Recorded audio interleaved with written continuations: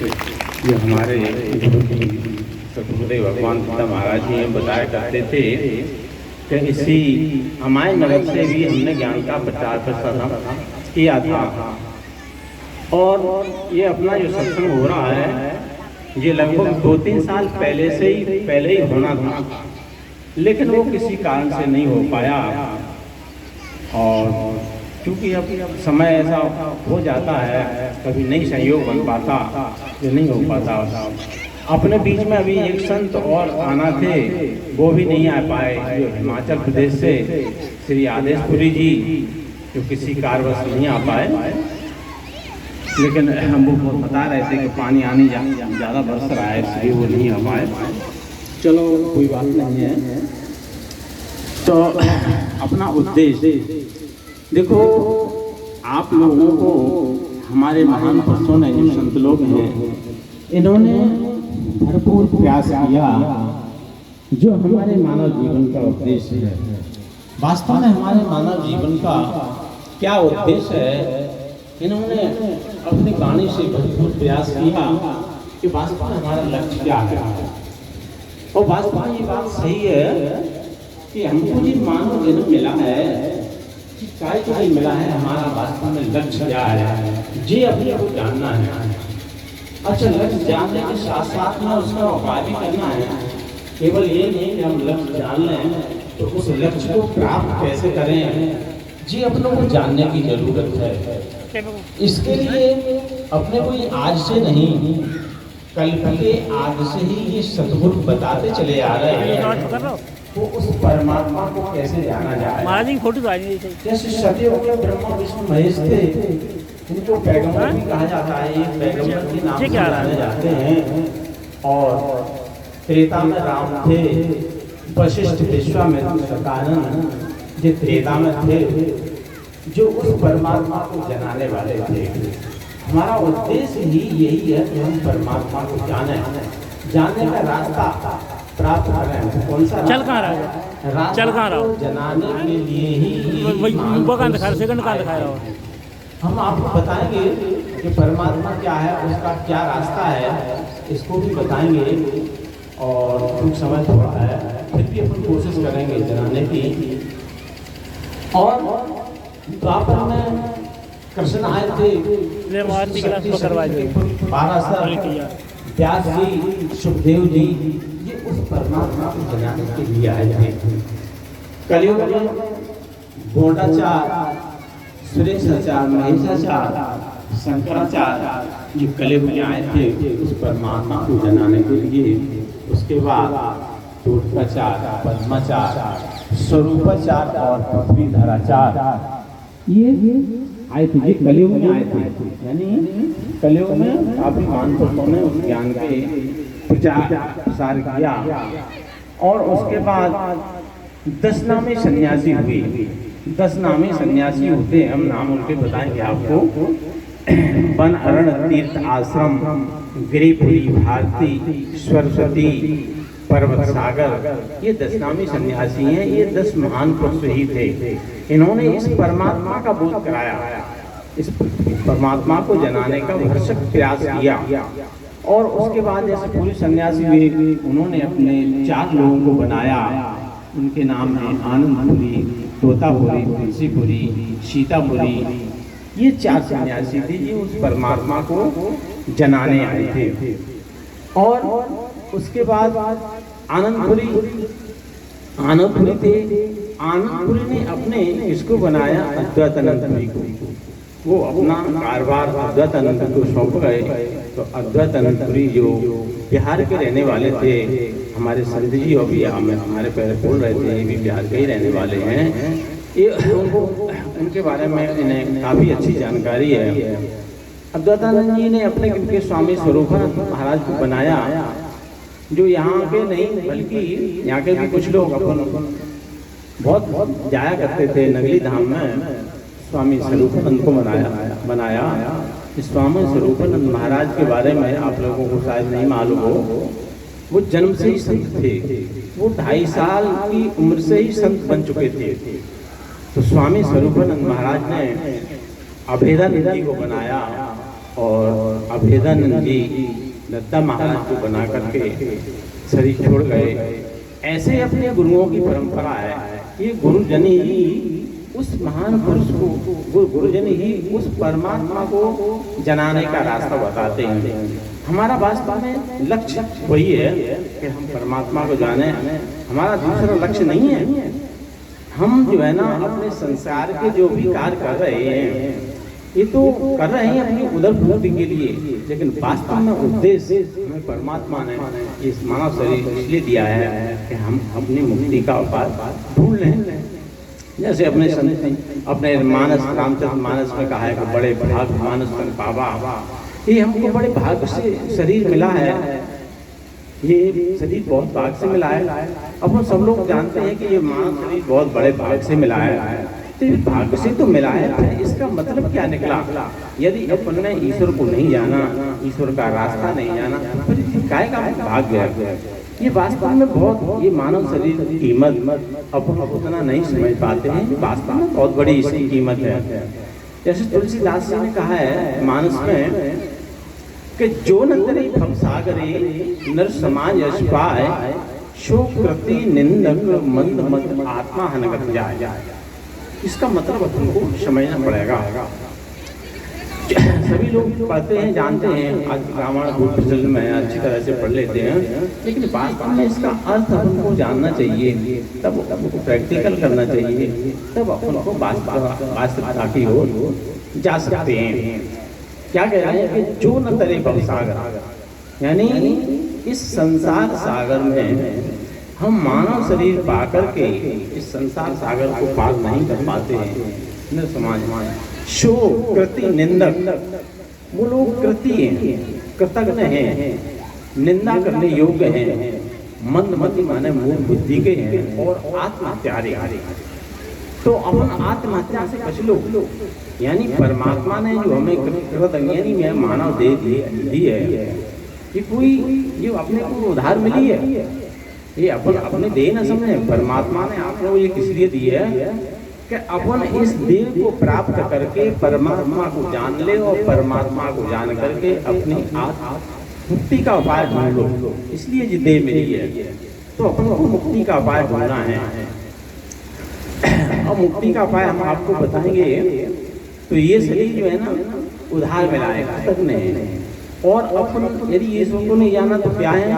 मूर्ख है, मंद बुद्धि के हैं और आत्महत्यारे हैं। अपने आत्महत्या से बच लो। अब अपन परमात्मा को जनाने की ओर चलते हैं। समय भी थोड़ा है, प्रयास करेंगे जनाने का। कि जैसे सेवक सिव्या भाव विन भवन करी उर्गार, भजो राम पद पंकज असिद्धांत चार। देखो इसका मतलब क्या है कि सेवक सिव्या भाव में भवन करी उर्गार। सेवक अपन को सेवक भी बनना पड़ता है। यदि अपन गुरु के सेवक नहीं बनेंगे तो अपन उस चीज को प्राप्त नहीं कर सकते।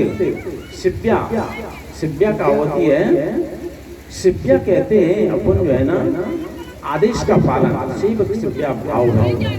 ऐसा अपन को भाव बनाना चाहिए जैसे भगवान राम के जो सेवक थे उन्होंने ऐसा भाव बनाया था कि परमात्मा इस राम के जो सेवक थे संपूर्ण आज्ञा का पालन करते थे।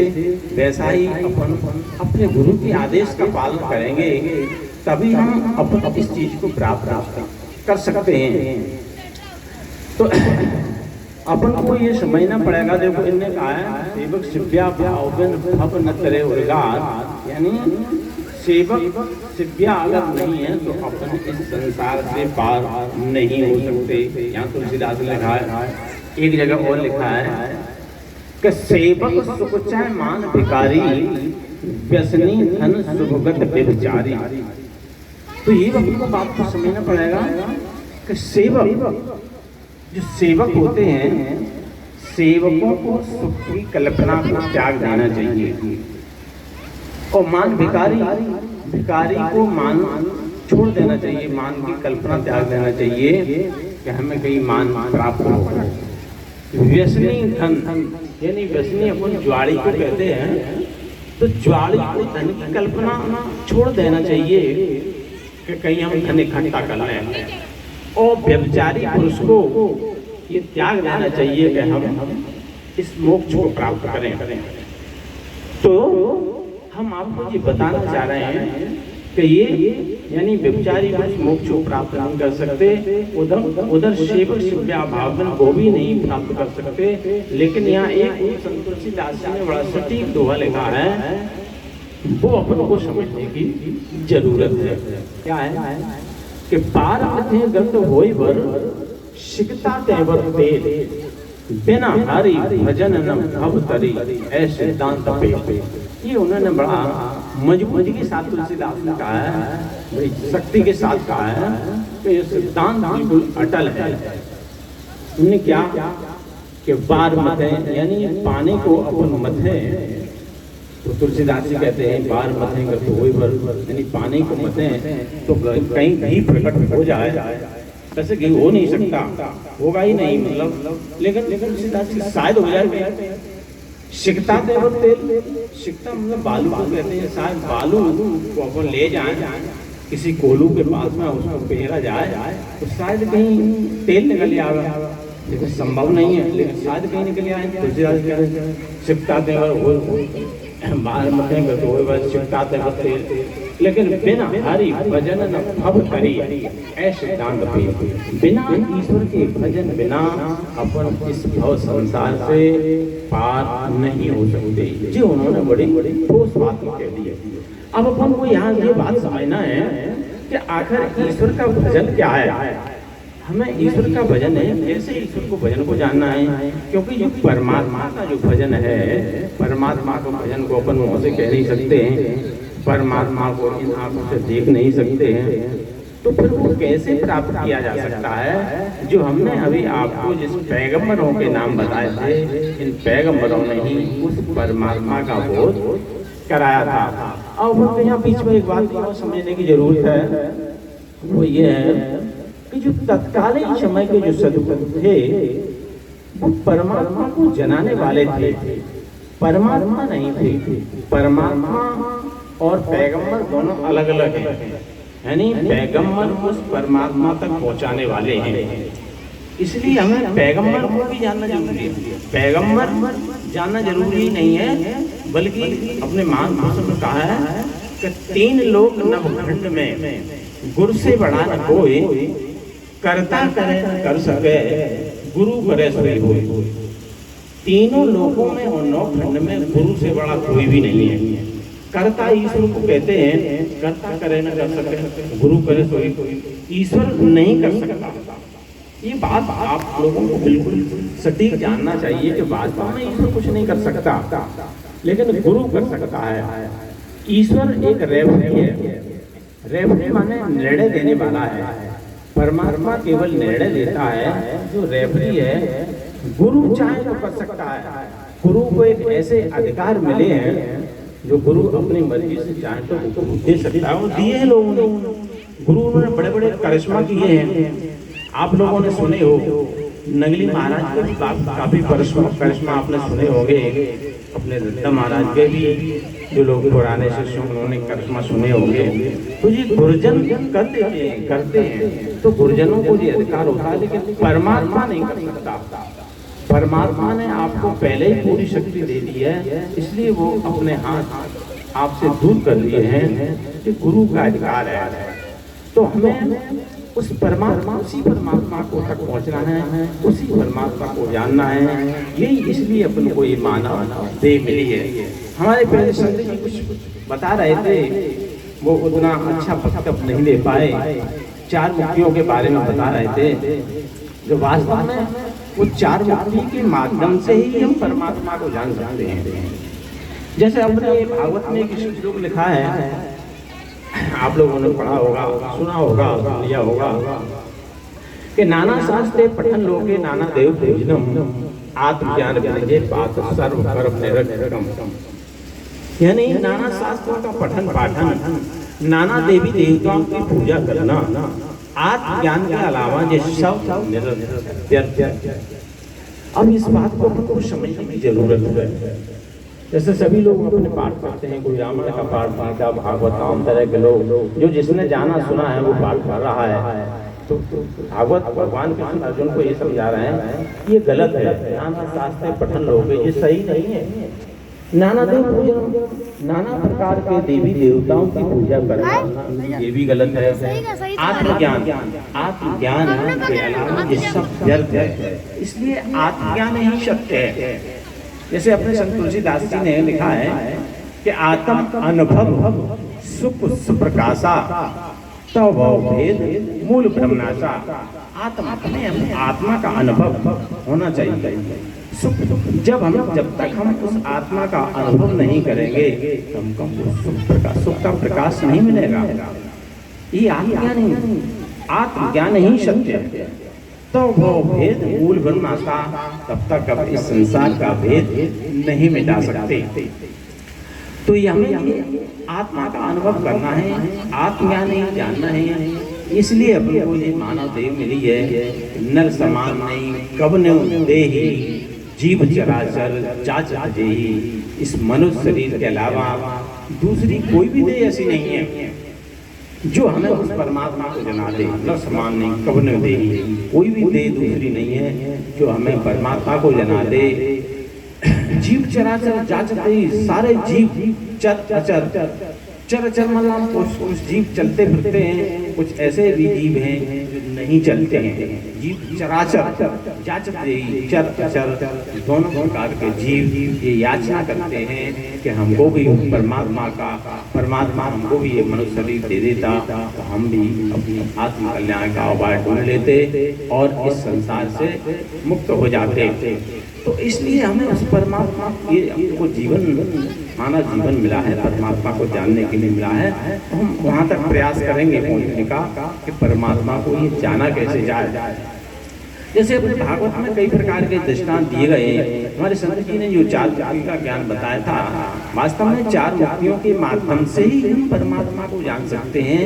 दूसरा कोई भी उपाय ऐसा नहीं है जो हम परमात्मा को जान सकें। परमात्मा एक है, अकेला है, रास्ता भी उसका एक ही है। परमात्मा के और कोई रास्ते नहीं है, केवल एक रास्ता है। एक उसी रास्ते वो रास्ता हम लोग को प्राप्त हो जाएगा तो हम परमात्मा तक पहुंच सकते हैं। जैसे अपनी 4 मुक्ति हमारे संत जी ने बताई थी, लेकिन वो व्यक्त नहीं कर पाए थे। हम उसका डिटेल बताने की कोशिश करेंगे जितना समय होगा। 4 मुक्ति जो अपने कोई आज से नहीं आदिकाल से चली आ रही है। आदिकाल जब से सृष्टि का निर्माण हुआ था तभी से 4 मुक्ति चली आ रही हैं। हमने सबसे पहले कहा था, सबसे पहले कल्प के आदि में जो ब्रह्मा विष्णु महेश थे, सबसे पहले उन्हीं का स्मरण करते हैं। गुरु ब्रह्मा, गुरु विष्णु, गुरु देव महेश्वर क्यों स्मरण करते हैं? क्योंकि सबसे पहले इन्हीं ने आत्मज्ञान का प्रचार प्रसार किया था, इसलिए हम सबसे पहले उन्हीं का स्मरण करते हैं। तो ये 4 मुक्ति हैं, शायोद, शामिल, सारूप, सालो, ये 4 प्रकार की मुक्ति हैं। ये 4 प्रकार की मुक्तियों से ही अपन परमात्मा को जान सकते हैं, अन्यथा दूसरा कोई भी ऐसा साधन नहीं है जो हम परमात्मा तक पहुंच सकें। ऐसे अपने भागवत में, रामायण में भी, गीता में भी कई प्रकार के उदाहरण दिए गए हैं। तो भागवत में अपना कई दृष्टांत आते हैं। अपने गुरु महाराज जी इस दृष्टांत को अच्छा पसंद करते थे, तो वो दृष्टांत अपन लेते हैं। जो राजा जनक थे, राजा जनक अपने राजकाज राजा थे वो, और राजकाज संभाल रहे थे। और उनका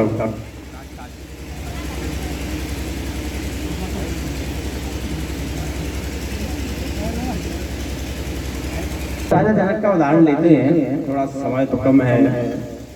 राजा जनक अपना राजकाज संभाल रहे थे। राजा जनक जो है ना स्वप्न, रात को सो रहे थे तो राजा जनक स्वप्न देखा।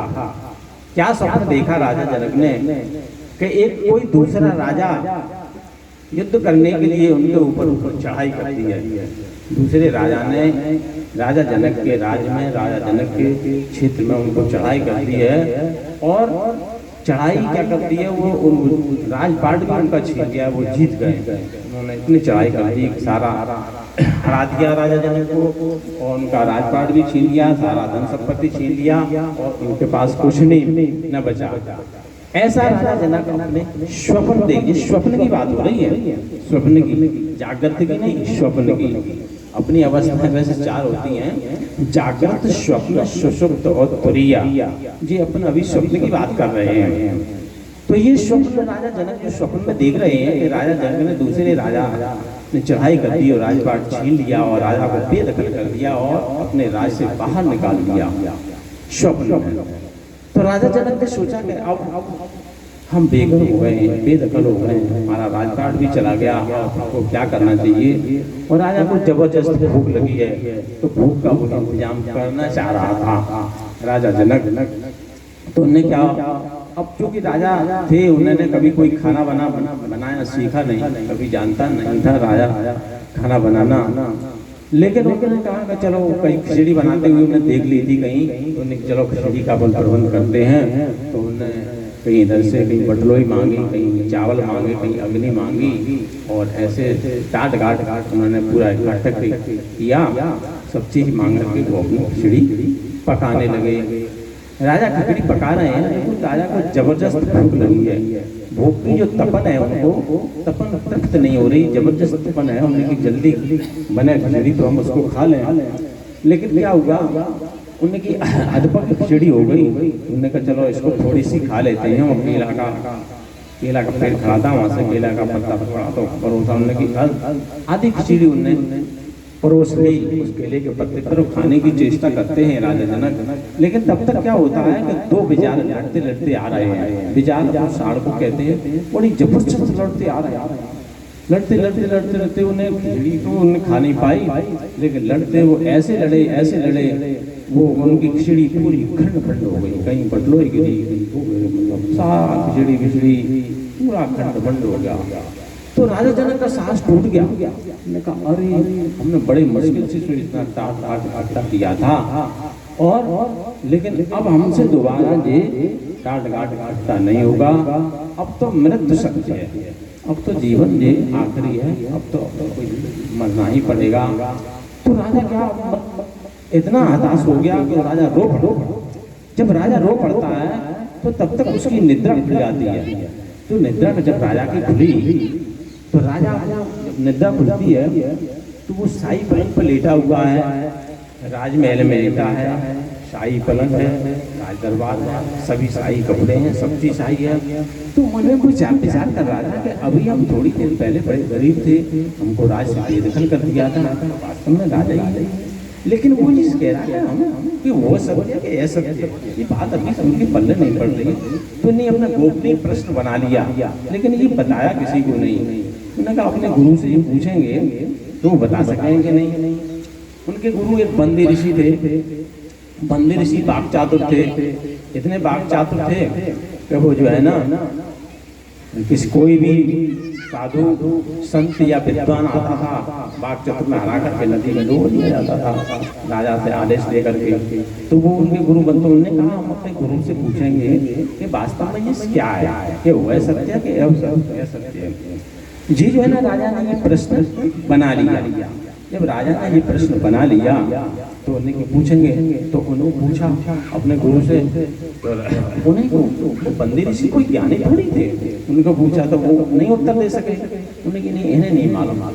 तो उनने क्या किया, तो उनने जो है ना सभी को, सारे देश में जितने भी विद्वान और संत थे सभी को मतलब सूचना दी, कोई भी मेरे प्रश्न का उत्तर देगा तो हम उन्होंने एक स्वर्ण सिंहासन बनाया था, वो उनको स्वर्ण सिंहासन पर बिठा करके उनको हम राजगुरु घोषित करेंगे, काफी संपत्ति दान में देंगे, ऐसा उन्होंने कह दिया। लेकिन उन्होंने जो वास्तव में वो एक था, उनकी ये नहीं, उन्होंने बताया कि जो प्रश्न का उत्तर नहीं देगा वो सदैव जेल में चला जाएगा, जेल में डाल दिया जाएगा। ये उसको उन्होंने नहीं बताया, ये बता दिया कि जो भी मेरे प्रश्न का उत्तर देगा उसको राजगुरु घोषित कर दिया जाएगा और उनको काफी द्रव्य दिया जाएगा। ऐसा राजा सभी जगह सूचना भेज दी। तो सभी आते हैं तो सभी से पूछते हैं। तो राजा जनक कहता कि वही है सत्य, वह सत्य है। तो कोई भी नहीं बताता, कोई कहता है ब्रह्म सत्य है, जगत मिथ्या है, ईश्वर सत्य है, ऐसा ही लोग बताते हैं, लेकिन सही प्रश्न किसी ने नहीं बता पाया। तो उधर क्या कहते हैं ना, अपने अष्टावक्र थे, अष्टावक्र के पिता जो कांडो ऋषि थे, कांडो ऋषि भी उनके प्रश्न का उत्तर नहीं दे पाए थे, जबकि वो बहुत बड़े विद्वान अष्टावक्र पिता।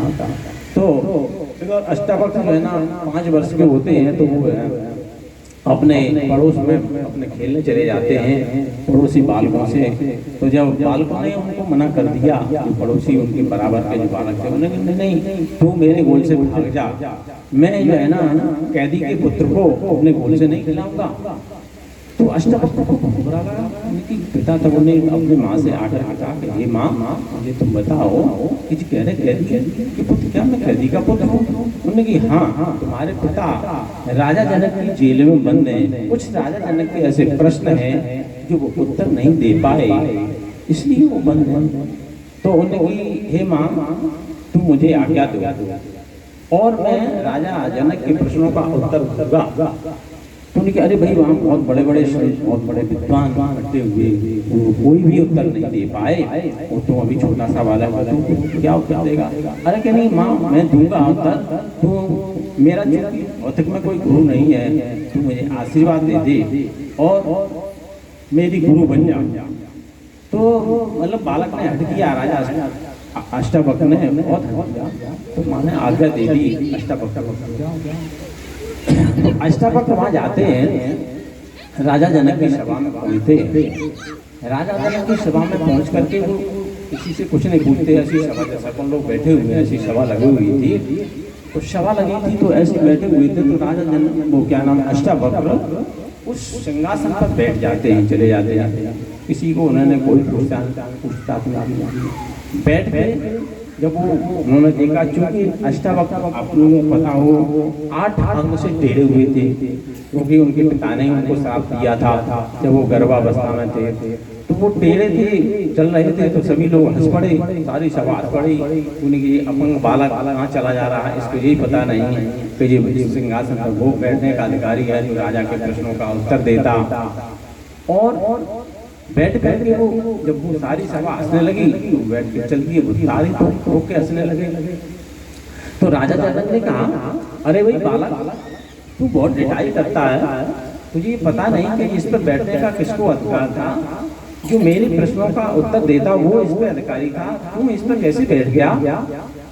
तो बालक ने कहा कि मैं जो है ना तेरे प्रश्न है, मैं अपनी माँ को पहले ही लगा था। तो राजा जनक ने कहा कि मैं कैसे, मुझे कैसे पता लगा कि आपने मेरे प्रश्नों का उत्तर दे दिया था और आप जो है ना उठ के चल भी दिए और आप हंस रहे हो? तो उन्होंने कहा कि भाई जो तेरी सभा में जो बैठे हुए हैं जितने भी लोग, ये सभी जो है ना चमड़ी का ज्ञान रखते हैं, इन्हें वास्तव में ही आत्मा का पता नहीं। ये तो मेरी चमड़ी देख रहे हैं, चमड़ी पे असर है, वास्तव में क्या ज्ञान है, मैं क्या ज्ञान जानता हूँ, उस ज्ञान के बारे में कुछ भी पता नहीं है, इसलिए मैं यहाँ से चल लिया। तो उन्होंने कही, राजा जनक कहते हैं अरे भाई, तुमने राजा की अवज्ञा की है, तुम्हें ये पता होना चाहिए था कि ये जो है ना इस सिंहासन पर कोई बैठ सकता था जो मेरे प्रश्न का उत्तर देता। आप कह तो रहे हो कि तुमने अपनी माँ को लगा दिए थे, लेकिन मुझे कैसे विश्वास हो कि आपने मेरे प्रश्न अपनी माँ को दे दिए? मुझे तसल्ली तो दो, मुझे बताओ कि हम तब ये समझें कि आपने ये वास्तव में ये प्रश्न लगा दिए थे। तो उन्हें बोल तेरे प्रश्न क्या है? तो राजा जनक ने कहा कि भाई यह सत्य के वह सत्य है। तो अष्टावक्र बोले कि न यह सत्य है न वह सत्य है, तू सत्य है, सत्य तो नित्य है। तो ये अभी मेरी शंका का समाधान नहीं हुआ। राजा मुझे अभी शंका है। तो उन्होंने तुम्हें इसलिए शंका है क्योंकि तो जो उनने सारा वृत्तांत कह दिया, जो तुम स्वप्न में जो राजा दूसरे राजा ने जो तुम्हारे ऊपर चढ़ाई कर दी थी और तुम्हें राज से बेदखल कर दिया था, जो तुम्हारी खिचड़ी खंड हो गई थी, उस समय तुमने प्रश्न बनाया था, जब वो तुम सुबह जब रो पड़े थे, जग गए थे, तब उन्हें प्रश्न बना लिया था कि ऐसा सत्य है। तब से ही तुम इस प्रश्न को छिपाए रखे, तुमने किसी को नहीं बताया। इसलिए सत्य तो नित्य है, सत्य जाना जाता है। तो उन्होंने कहा सत्य क्या जाना जा सकता है? तो अवश्य, क्या मुझे जना सकते हो? कि अवश्य, मेरा तो काम ही जनाने का। तो आप मुझे गुरु बनाना पड़ेगा, इसलिए तब अब मैं जना पाऊंगा। तो उन्होंने की बड़ी सत्य हम जान जाएंगे तो गुरु बनाने में मुझे क्या दिक्कत है? तो उन्होंने कहा ठीक है, आप तैयार हो, 2 घोड़े ले आओ। तो उन्होंने की 2 घोड़े उन्होंने मंगवाए। राजा जनक ने 2 घोड़े मंगा लिए, और घोड़े में जो भी अपनी कांटी, जो भी कुछ सामान होता पूरा तैयार करके दोनों जो है ना, दोनों कबाब जो है ना भीम अपने हाथ में रख ली। अष्टावक्र में दोनों घोड़ों की लगाम अपने हाथ में रख ली, और अपन बैठ गए घोड़े पर। और राजा जनक से बोल दिया तू बैठ। तो जैसे ही उन्होंने कहा कि तू बैठ, राजा जनक जो है ना एक पायल से, एक पैगार से पैर रखा था, दूसरी जो है ना रखना चाह रहा था, रख नहीं पाया। तब तक अष्टावक्र ने उस घोड़े को चाबुक मार दिया और घोड़ा दौड़ पड़ा। अब राजा जनक जो है ना उस घोड़े पे बैठ ही नहीं पाए, और ये जा रहा है। तो उसको राजा जनक कह रहे हैं, अरे भाई बालक, ये घोड़ा रोको, अभी मैं बैठा नहीं हूँ, अभी मैं गिरने जा रहा हूँ, अभी गिर सकता हूँ। अष्टावक्र ने नहीं सुना, वो तो चाबुक मारते चले जा रहे हैं और घोड़ा दौड़ते चले जा रहे हैं। तो ये राजा जनक ने विचार किया कि कैसा ईश्वर जनाने वाले हैं, ये तो हमने कहा ईश्वर नहीं जाना रहा है, ये तो मौत दे रहे हैं। वो राजा अष्टावक्र नहीं सुन रहे, उनकी बात सुनने से राजा जनक चिल्ला रहे हैं कि मैं मरा, मैं गिरा, अब मैं गिरने वाला हूँ, मैं मरने वाला हूँ। मतलब उन्होंने कोई बात नहीं सुनी अष्टावक्र ने, और वो जो है ना चाबुक देते हुए चले जा रहे हैं। अब राजा जनक ने विचार किया कि ईश्वर तो जान लिया, ईश्वर तो हो गया, अब मौत है तो अब तो मरने वाले हैं। तो सीधा अब तुमने ये केवल एक ही ध्यान कर लिया, जब आदमी अपने अंतिम समय पर होता है तब केवल एक ही जगह उसका ध्यान रहता है। तो राजा जनक कहा कि बस अब तो मौत के गले जा रहा हूँ, मौत के गले लग रहा हूँ। तो उसी समय अष्टावक्र ने जो है ना शब्द का बोध करा दिया, अपने योग शक्ति से उन्होंने शब्द का बोध करा दिया। तो अंतर्दृष्टि में राजा जनक जो है ना शब्द को देखने लगे, शब्द को देखने चले जा रहे हैं। अब राजा जनक जो है ना अपने अंतर्दृष्टि में अपने शब्द रूपी परमात्मा को देख रहे हैं, और अब वहाँ उन्होंने घोड़े दोनों खड़े कर दिए। जब दोनों घोड़े खड़े कर दिए अष्टावक्र ने, अब राजा जनक से वो कहते हैं अष्टावक्र, उन्होंने कहा राजा जनक खड़े हो। अब राजा जनक बेश हुए, वो तो अपने परमात्मा में लीन हो गए। तभी से राजा जनक को विदेह कहा जाता है, अपने शब्द में लीन हो गए।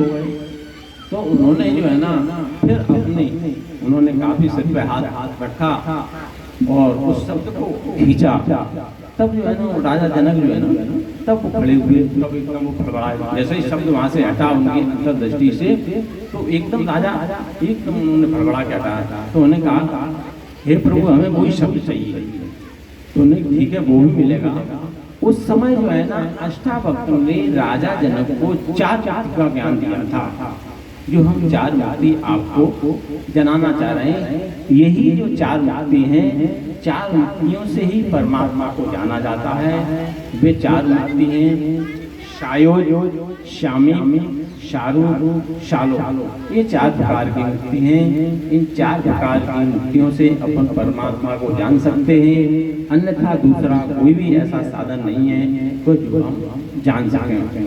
तो सबसे पहले अष्टावक्र जी ने राजा जनक को शायो मुक्ति का ज्ञान दिया।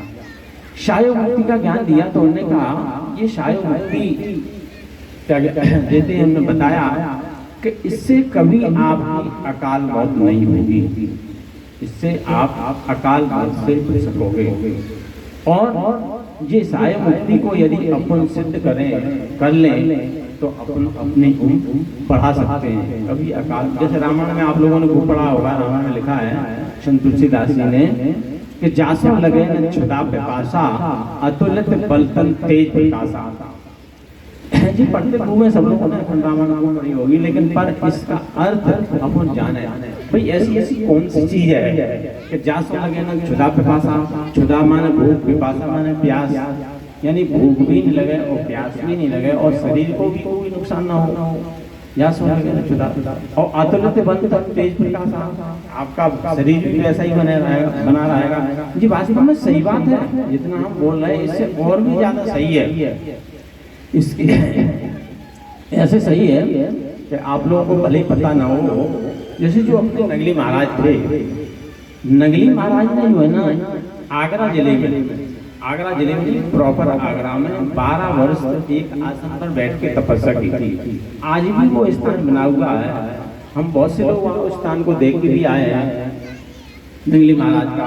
भाई वहाँ तक आपको विश्वास मान ले, ऐसे तो सही ही है, मान लो विश्वास ना हो, लेकिन अपने सतगुरुदेव दत्ता महाराज थे जिन्होंने अभी 1 साल पहले ही शरीर छोड़ा है। ये अपने भिंड जिले में, इसी जिले की बात है, इसी जिले में ये इन्होंने 3 वर्ष तपस्या की थी और 1 वर्ष एक आसन पर बैठ करके इन्होंने परमात्मा का स्मरण किया था। मतलब एक आसन पर बैठ करके फिर वो नहीं खड़े हुए, उन्होंने मतलब मुँह नहीं खोला, आँख नहीं खोली, मुँह नहीं खोला, ना आँख खोली और एक बूंद पानी एक आसन पर बैठ करके। तो ये वही चीज है, मतलब है ना, ये शायद वही है, जास लगे ना छुड़ा। तो ये चीज अपन जान लेंगे तो अपन खूब परमात्मा का भजन कर सकते हैं और वर्षों कर सकते हैं। जैसे जी अपन ने विचार नहीं किया कि जो भी मान होते हैं, जैसे राम तुलसीदास ने कहा है कि बीते सम्मत 87 तब भूली शंभ 79, शंकर जी ने 87 वर्ष तपस्या की, तब भी उनकी समाधि तब भूली बाल में। तो भाई अपन तपस्या कैसे करें, तपस्या कैसे कर सकते हैं अपन? वैसे अपन को भोजन नहीं मिले, अभी भोजन न मिलने पे अपन क्या एक दिन हम कहा 1 दिन रह लो, 2 दिन रह लो, 4 दिन रह लो, कोई और 1-2 दिन रह सकता है, लेकिन लगातार अधिक दिन नहीं रह पाएगा, फिर ये शरीर उसमें काम करेगा। लेकिन जिस साई भक्ति का यदि अपन जान लेंगे तो आपका वर्षों रह सकता है। आपको जानना पड़ेगा, उस साई भक्ति को सिद्ध करना पड़ेगा।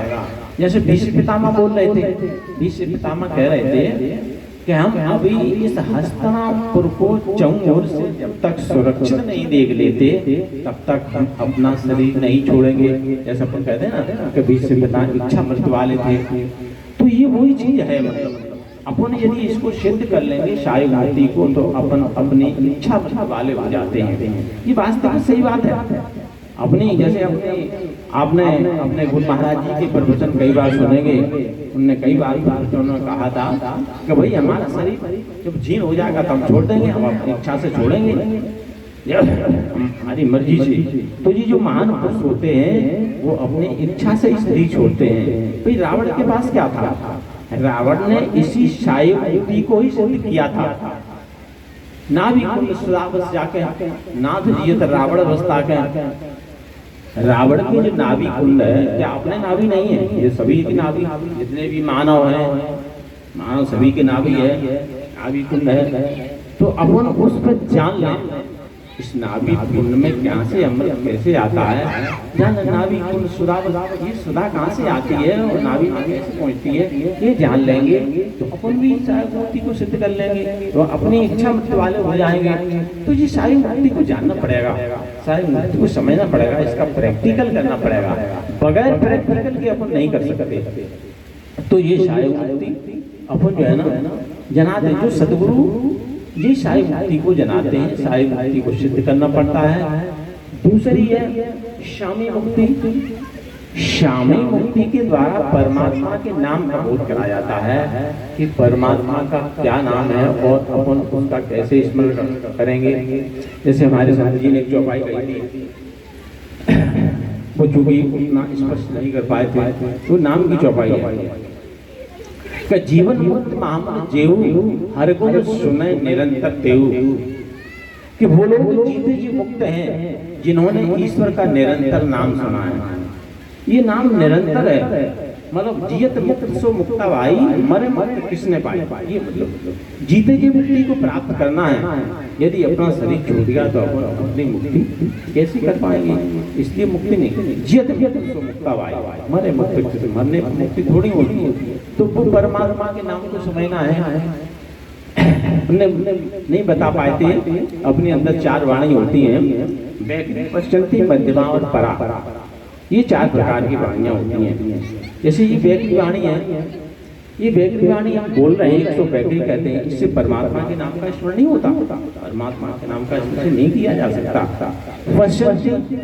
पश्चंती वो होती है जैसे अपने अंदर अपन मौन बैठे हुए हैं, अपने अंदर कुछ न कुछ विचार बनते हैं, इसको पश्चंती कहते हैं। मध्यमा श्वास को बोलते हैं। श्वास के अंदर ही एक परावाणी होती है, उस परावाणी से परमात्मा के नाम का स्मरण किया जाता है। तो अपन को वो परावाणी जानना है। जैसे हमारे कबीर साहब कहते हैं कि श्वास श्वास शो हर बजो, वृथा श्वास सिर खो, वो ना जाने कि इस श्वास का आमन हो न हो। कबीर साहब भी तो कह रहे हैं, और तुलसीदास जी ने कहा है, तुलसीदास ने कहा है कि नाम रूप दुई ईश उपाधि, अकथ अनाद सुषामन साधी। ये परमात्मा का नाम। परमात्मा जो है ना, उनकी परमात्मा 2 रूप में नाम, 2 प्रकार के ईश्वर हैं। अब 2 कौन से? नाम और रूप, 2 ईश्वर उपाधि, नाम और रूप। एक नाम रूप ईश्वर होता है, एक रूप ईश्वर होता है। तो रूप रूपी ईश्वर ही उस नाम रूप ईश्वर को जनाता है। राम रूप रूपी ईश्वर गुरु होता है, नाम रूपी से परमात्मा का होता है। नाम रूप ईश्वर उपाधि।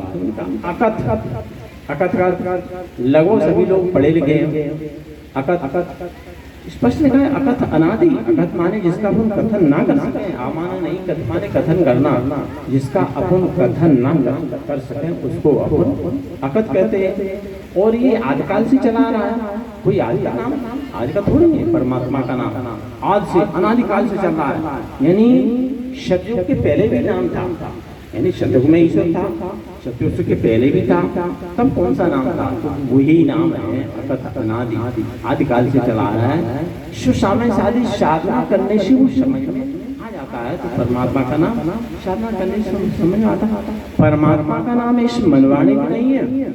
हम इस परमात्मा के नाम को व्यक्त मानी इस मुंह से नहीं कह सकते, इस जपा नहीं जा सकता। परमात्मा का नाम अजपा है, जपा नहीं, जप नहीं सकते, अजपा है। इसको अजपा ही गायत्री बोलते हैं। तो ये परमात्मा का नाम अपन को जानना चाहिए। तुलसीदास ने कई जगह लिखा है, बहुत सारा बाल कांड में तुलसीदास जी ने इस नाम के बारे में अच्छी महिमा की है। जी हमने अभी बता रहे थे कि चौ नाम पर भाऊ, कल विशेष नहीं आने पाऊ। चारों लोगों में, चारों वेदों में वो परमात्मा का नाम है। यानी जैसे अपन अभी जैसे राम का कोई राम राम कह रहा है, कोई हरिओम या कृष्ण जी नाम, भाई राम हुए थे, कृष्ण द्वापर में हुए थे, शंकर जी सतयुग में हुए थे। इसके पहले में कौन सा ईश्वर था, वो उसका क्या नाम था? तो ये परमात्मा का नाम आपको जाना है। परमात्मा का मतलब होता है इन आत्माओं से परे वो परमात्मा और वो दोनों अलग अलग होते हैं। ये गुरुजन ही उस परमात्मा तक पहुंचाते हैं। तो उस परमात्मा को अपन को जानना है, तो वो परमात्मा का नाम हमको जानना चाहिए। कितना समय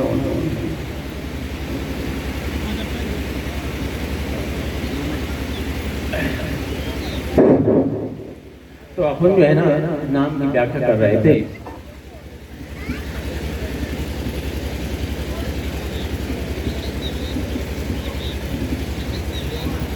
तो अपन इस मुंह से नहीं कह सकते हैं। परमात्मा का नाम परावाणी से लिया जाता है। परावाणी श्वास के अंदर ही अपन को जानना पड़ेगा, है ना। तो और न परमात्मा को इन आंखों से देखा भी नहीं जा सकता। अपनी ये 4 मुक्ति हैं, अभी अपने 2 मुक्ति बताई हैं, शायोज और शामी। 2 मुक्तियाँ आप कल बताएंगे, क्योंकि डिटेल समय आज भी ज़्यादा हो गया है।